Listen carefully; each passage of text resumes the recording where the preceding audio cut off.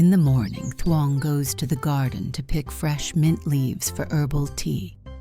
The tiny, cool leaves release a gentle, refreshing scent that makes her smile. She takes a deep breath, enjoying the crisp, clean fragrance of the garden air. After gathering the mint, Thuong prepares a cool, refreshing tea in the kitchen.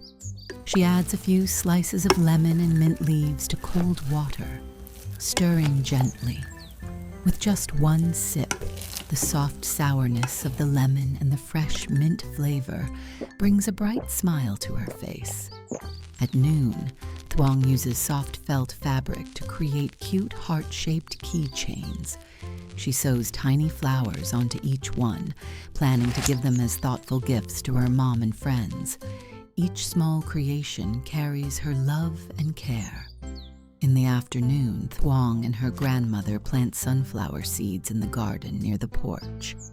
Grandma shares that sunflowers always turn toward the light, just like people should always look for positivity in life. Hearing that, Thuong feels her heart filled with hope and happiness.